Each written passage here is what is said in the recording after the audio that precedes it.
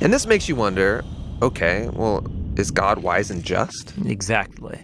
And so it's that question that is being explored in the final book of wisdom, Job. All right, let's dive in. So Job begins with a strange story that takes place up in the heavens, which are described something like a heavenly command center. So God is there with these angelic creatures called the sons of God, and they're all there reporting for duty. And God points out this guy Job, his servant, showing how righteous and good he is. And then one of these angelic creatures approaches. He's referred to in Hebrew as the Satan. The Satan. Who is this? Well, this word is actually a title, which literally means the one who is opposed. So out of this whole crew, he is the one questioning how God is running the world. And he proposes that Job might not actually love God, that he's only a good person because God rewards him. If God were to take away all of the good things he gave to Job, then we would see his true colors. So he thinks Job is just working the system? That's exactly right. Maybe he's obeying just to get what he wants. So God agrees to this experiment and allows the Satan to inflict suffering on Job. And Job loses everyone and everything that he cares about. It is devastating. And remember, he deserves none of this. God himself said so. The remarkable thing is that in the midst of all this suffering, Job still praises God. At least for chapters 1 and 2. But then in chapter 3, we find out how he's really feeling inside. He unleashes this poem that reveals this devastation. It's a long, elaborate curse on the day that he was born. After this, some of Job's friends come to visit him to offer their help. And all of them are like, Job, you must have done something horribly wrong to deserve this. After all, we know God is just, and we know the world is ordered by God's justice and fairness, so you must be getting what you deserve. And for the next 34 chapters, the friends and Job go back and forth in very dense Hebrew poetry. His friends keep speculating about why God might have sent such suffering, and they even start making up lists of hypothetical sins that Job must have committed. But after each accusation, Job defends his innocence. And Job is innocent. He is. He's also on an emotional roller coaster.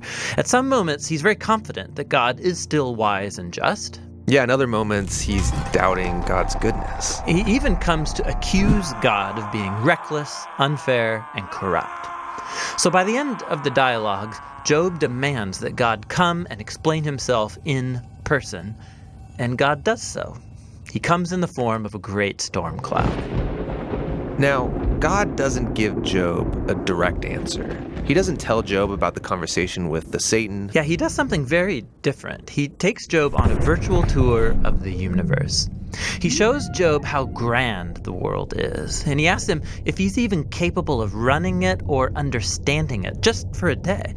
He shows Job how much detail there is in the world, things that we might see every day, but really don't understand at all. But God does. He knows it all intimately. He pays attention to the beauty and operations of the universe in ways that we haven't even imagined and in places that we will never see. Then to conclude, God shows Job two wondrous beasts and brags about how great they are. Yeah, they are dangerous. I mean, they would kill you without even thinking about it. And God says they're not evil. They're actually a part of his good world. And then that's it. That's God's whole defense. It's kind of weird. I mean, what was this all about? It seems to be this. From Job's point of view, it looks like God is not just. But God's perspective is infinitely bigger. He's dynamically interacting with a whole universe of complexity when he makes decisions. And this is what God calls his wisdom. So Job asking God to defend himself is actually kind of absurd. He couldn't comprehend this kind of complexity even if he wanted to.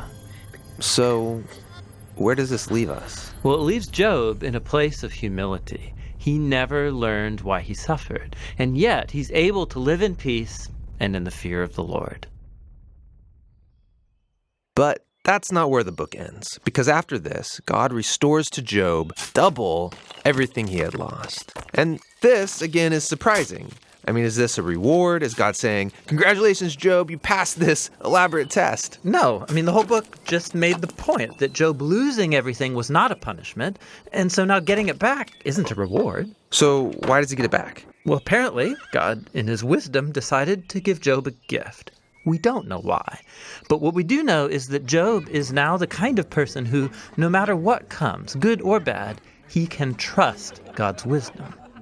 And that's the book of Job, and the end of our wisdom series. These biblical books of wisdom are amazing. Each one offers a unique perspective on the good life, and you need to hear all of them together as you learn to live with wisdom and in the fear of the Lord.